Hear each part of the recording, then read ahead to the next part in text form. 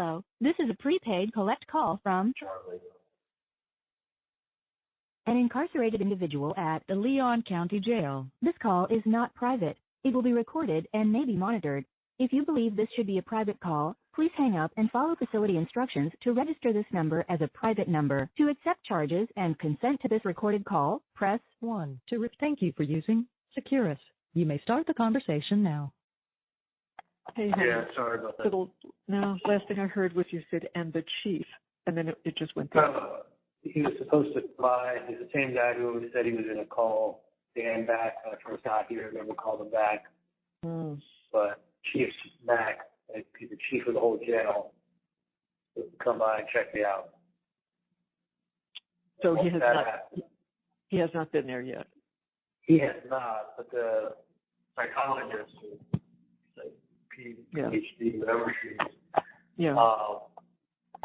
she came by, and I said, listen, I'm fine. I'm getting claustrophobic. Like used to looking outside of a window, just out into the pod, and this is like here. You're sitting in like a block. Like a same type cell as I had before, but I could look out the window into the pod. Here, it's like a box. Yeah. So you can't see. It's a mirror. They can see in, and you can't see out. Is it any help? Can Dan get this guy to come sooner? Would that be of any help? God, Chief back runs the fucking jail. I don't care about where it calls. No. Right, it's gonna come slower. Yeah. Well, I'm sure the psychologist thought you were fine. So it's just a matter of waiting for that and waiting for the chief. Yeah, she says we're hurting for it, and then move slow, and then maybe tomorrow. I got 33% left on my phone, and 2:50 in the afternoon. And, it's okay. Once it hits the 15%, if you switch the little battery saver on, and then I can probably get that. But it's like you just isolate. Like I'm used to being able to talk to people, move around, of course, chat at myself. It's like you're doing the complete opposite of what I would need to have done. Right. In this situation. I know. All right. It sounds like if it's not today, they'll do it tomorrow, but hopefully today. But they're not in a rush, Charlie. You're in a rush, they're not in a rush. It's like, it's bad enough all this happened, and now I'm like taken out of my normal surroundings and I know. Put into like a solitary. I mean, I get why they do it, but this is like, it's trust me, it's a bed on like a plastic box. I rolled up my mattress upstairs and brought it down to here, and it's just my bed sitting in my box, like a 3 feet by 6 foot box, put on the ground in the center of the room, where I'm used to walking back and forth in the middle of the pod. Now I just like walk up and then around the bed and then back. And it's the same story with like they'll shut off the phones at 4 and not till 6:30 back on. Is that everywhere? Yeah. Hold on. Just checking in. Okay, there's Bree just checking in with me. Okay. I talked to Dan. Yeah. Then he's like, and he's working hard. He's still in Tallahassee. I thought he had left. He's staying here an extra day, I guess, to write up. Yeah. So whatever it is, if they open up an inquiry, they ask the judge. Okay, good. They investigate. He said, listen, it may be the kind of thing. 9 months from now, the juror writes something stupid on a blog, and they investigate, and they find out,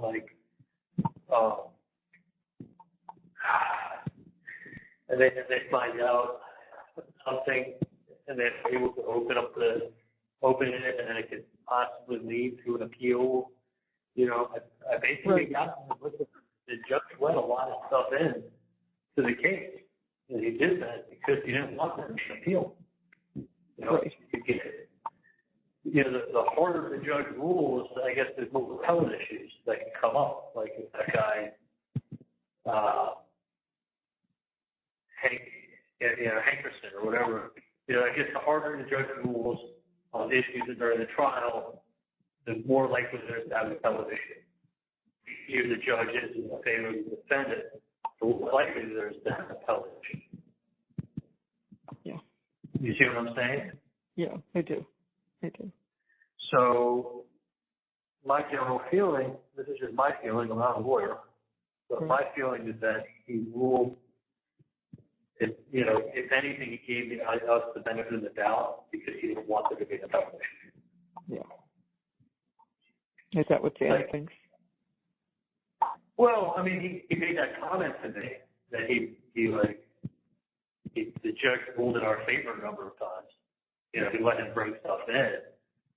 And I either said it or I heard it, that he meant it that there's not going to be, let things say that we're done wrong. I mean, you have to either say that the judge did something,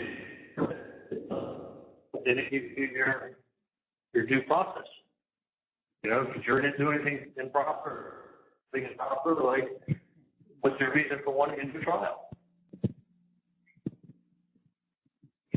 If there was an appeal, would it have to be in Tallahassee, or can you move it? Because I don't understand why they wouldn't let you move the venue. I don't. It was blatantly. I mean, look, I have. I didn't say this to you before I picked up the phone, but there's a lot of things that we have to do, and we've got a very tight time frame. So one of them involves taking care of some things for Roman, taking care of some things through Steinberg. Chad's been on the phone all day, and Susan was nice enough when I called her. She said, I'm going to gather everything up and I'm going to drive down. So she and Rick got here about, 10 minutes before you called so that she could work with us because we got a couple of hours of stuff to take care of for Roman. So working on that, and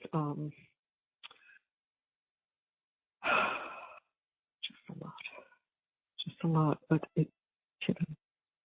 you're going to be okay. You're going to get out of that stupid room. Once you do, you'll start to feel a little bit better. I know that. And when I have something that I do need to tell you, I'll speak to Dan. Okay? So then I'll let you know what time to call him. Can you hear me, Charlie? Shit. You can't hear me again, right? Charlie, can you hear me? Can you hear me?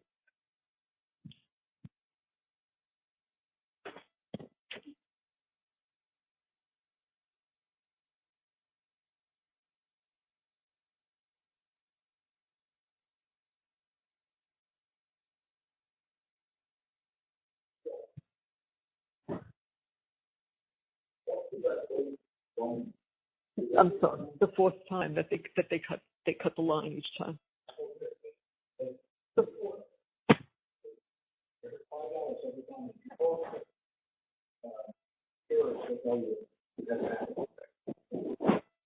Have to pay for every minute, but they keep charging every time you reconnect. They say that doesn't happen. Listen, it's that he's in this room that so the psychologist, they want to make sure he doesn't kill himself. So the psychologist finally came, and he said to her, "If you leave me here, I'll kill myself. There's no light, no nothing. I'm in a cement block. Let me go back to myself and see where I am. Rest of me, please don't leave me here." And spoke to him for a little bit, and she said, "No, you're perfectly fine. I know that. I just have to go back and, I've got a few of these reports I have to write. Once I get those written and then submit them and then get them approved, you'll be able to go back." So he thought he was going back in an hour, but said that she better get that thing done because I'll lose my mind in here. It's all spirit on the inside. So all you see is yourself. The lights never shut off, day or night. These fluorescent lights, he says, are on all night. He said, "I just want to go back where I was." At least I know people. I can see people. He says, here, I'm in a box. So he's just.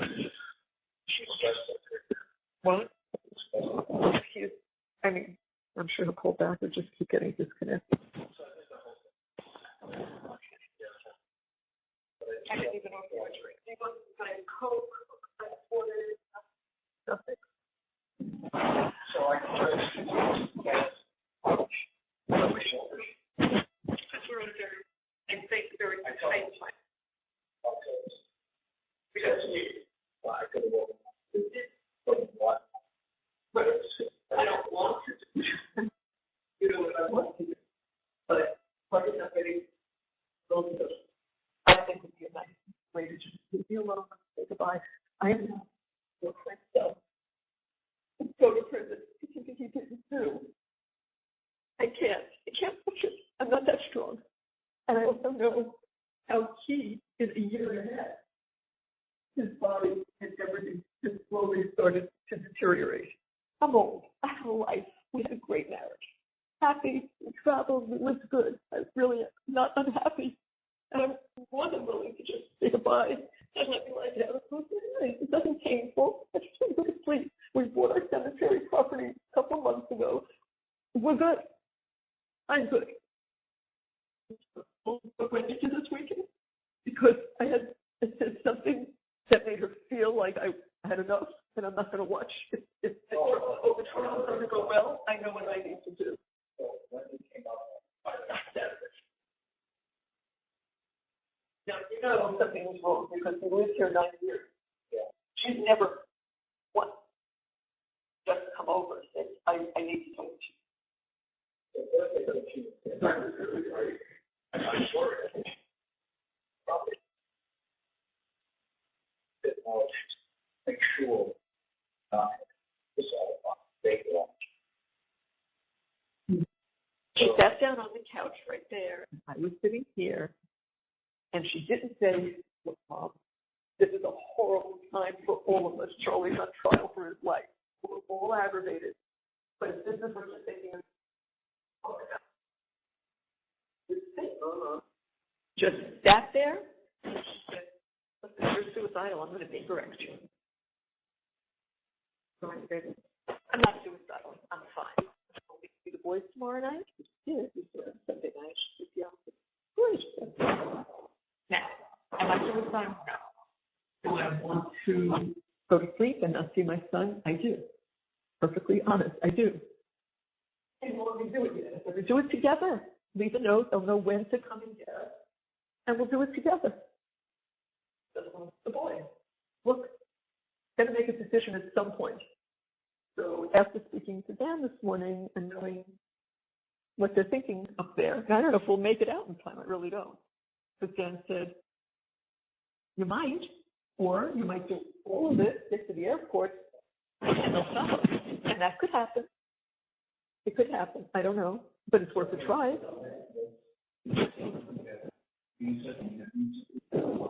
I've tried and tried. I don't know what I'm doing. I've lost it, but I don't know what I'm doing. And we have to look at stuff for Roman for the argue with that. What do you think? How does it want to be done? With stipulations as to who's in charge and. Bonus sells in a truck and where is the volume under 100 and the trustee and some of the trustee and the guardian would be over then the trustee on 33 that somebody would be watching. Well, we want someone to take care of it. So, I would make some effort to respond if someone's called. If she would do that, I could sit here with you and say, would you do that? But I can't because there was no. So, do you tell her that I could call George? No, I don't get it. I don't know how to get in touch with her. So I said, let me ask George. So I said, George, I can't get in touch with her. responded and she told me my lawyer to call her lawyer if it's about the case. And I wrote back, it's not about the case. I have been reason.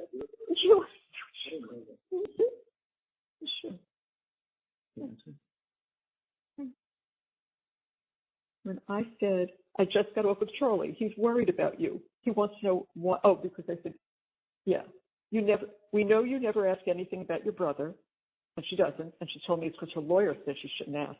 But we found out it's not true. But we just got off the phone with him. My attorney said no, and he asked her attorney. Her attorney said, I never told her that. But I've never confronted him.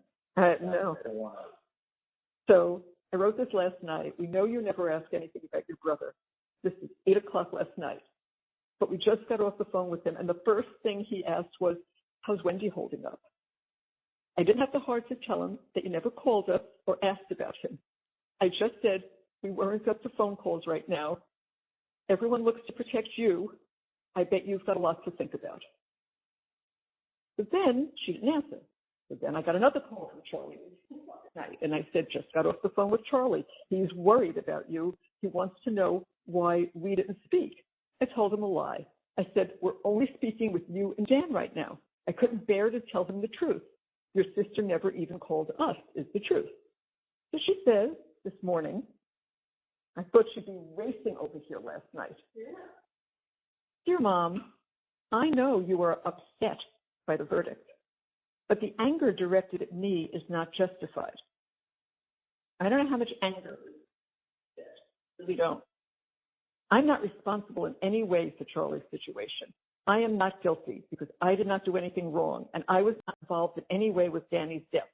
When I was interviewed by the police and testified in court, I told the truth as I was required to do.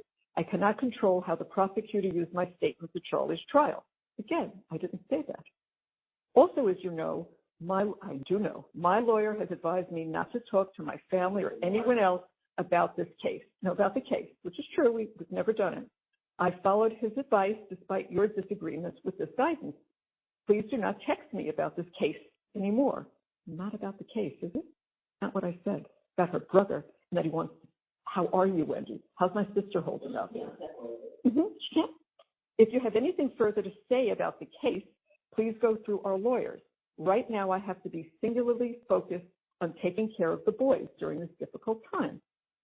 So I wrote back, okay, we have no desire to speak with you about the case. I guess Dad and I are just shocked that you didn't think of coming to see us or even calling us. We are your parents. We are and have always been there for you and the boys. None of what we wrote matters about the case. That's over. I just want you to know how many times Charlie is asking about you. Not only do you not ask about us, but not one question about Charlie, right? We will need to give you some information shortly, and we need some business assistance. Please let us know if you can be of any help. I have a safe here. I want to give her codes. We're going to be gone. I want her to have all this information. I have the cemetery property. I want her to see all that. I want her to have all these papers and the wills. I want her to see all this. So please let us know if you can be of any help. The other thing is the visa, which she would know about. No, I said we need some business assistance. Please let us know. If not, we'll try to find someone who can help us. This needs an immediate reply so I can start asking other people to help. And then she always gets nervous if we want to talk to her. So I wrote, don't get nervous. Again, nothing, in capital letters, nothing about the case. Just would like to show you some business stuff and personal things. If you can't do it, we must find someone who can. I hope you understand that it has nothing to do with the case. There is no more case. And then I wrote, by the way, you said you have to focus on the boys. Have you told them? So when I got George before, I said to him, because I was over there last night, I said, well, I asked Wendi, but I haven't got any word from her, so did she tell the boys? And he said, she did. Now, I know Ben was very close. He was writing to Charlie all the time. So I said, how are they? Ben was very quiet. He didn't really talk much. He said, Lincoln kind of faced it and said, so he's never coming home. He's never coming back. And so He said it took him 10 minutes and he was into basketball. I said, fine. He's a child. That's okay. I don't want to see them miserable and upset. That's not my goal. I just want to know how are they. So that's what I said earlier to George, because it was technical stuff that I couldn't do on the computer. I think just because we were out of it. So he's a computer tech person. So I said, can you help me with some computer stuff that I can't get done? And he was on some business calls, and so that he texted me just before I can be there, maybe 5:30. Would that be good? I said yes, but if I can get stuff done, then it's no. I told Rick that we have the space in the passport. We have the photos. So we have to get them downloaded. And the other thing I don't understand that my daughter could help me with, but we've been looking it up over and over because things change if there is extradition from Vietnam. Because we've looked at all the places. I mean, I could go to Korea and China, but there's no extradition. But we're looking for places where there's no extradition. In 15 minutes. Who? Really? Good. Maybe she knows about. Maybe she can look up the extradition issue before we waste our time. She's going to tell on you that my parents are in the country. My lawyer told us to do that. Okay, but if you mention it to Wendi, is Wendi going to tell somebody? Well, you tell her beforehand. I need to tell you something as an attorney who doesn't talk and has nothing to do with the case. It just has to do with Mom and I and some decisions that we have to make. Yeah, I know you want to bring her up and show her where everything is. It's a plane crash. No one's going to know where anything is or who belongs to what.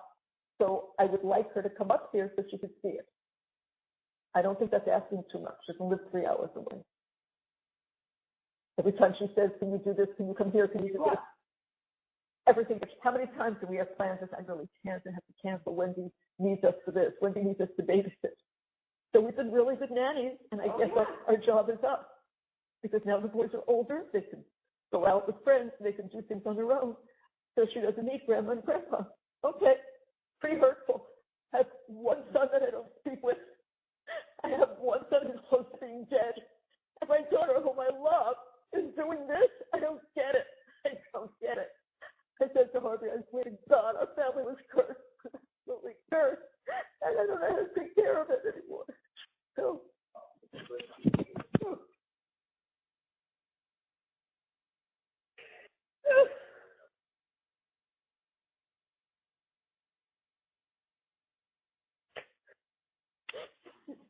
I'm trying to do these visa things.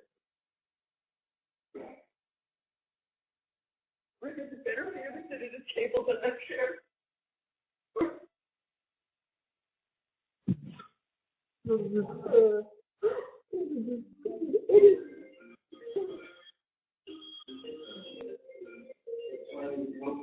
I know, just click it off. I'm stuck. Because numbers and emails up under our faces. So I have to at night shut off the sound because it doesn't stop. I'll show you what we did. For a hotel because you need an address to put on the visa. Mm-hmm.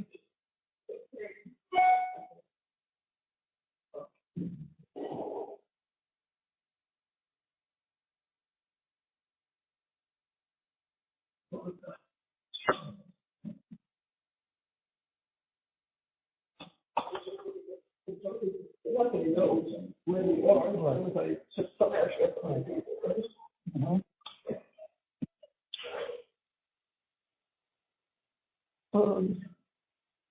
Look up. Hotel.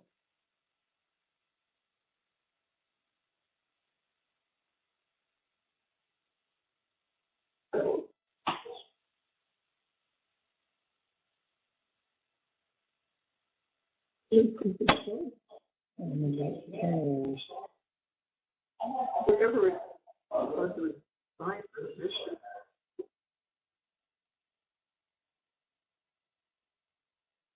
I don't want anything super sensitive. I just want a place to put our head in. When did it tell you what the prices are? Do I have to go on? Okay. Township advice.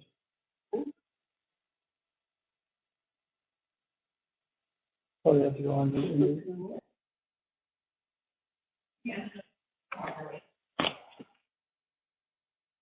Which one is this?